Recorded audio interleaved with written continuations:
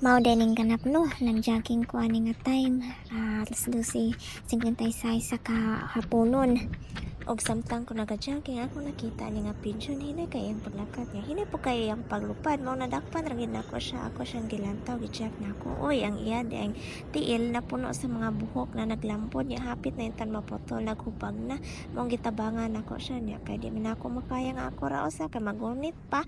Mao nagpatabang ngayon ko ni Steven mao ni nga siya tiguha sa buhok sa iyang mga tiil na pertinang kalambuda ya kay gahi man kay kuhaon kay kuha na nagkuha na lang mi og nail clipper para maputol lang gid anang buhok diha nga perting hugutan na siyang mga tiil ba mo to nga nahuman na gid na mo kuha ang iyang mga buhok diha sa duha gid niya ka mga tiil mo pakaunon ta na mo di man siya maulaw man siya mga amo na lang gid siyang gipalupad na lupad na siya diha ron nan maayo kaayo kay nakalupad nakatabang gitan mi sa nagkalisod nga pigeon in town niya pagkasunod adlaw nang jogging na pud ko sa mga place o nakita na nako siya kusog-kusog na gitaon siya malakad praise God.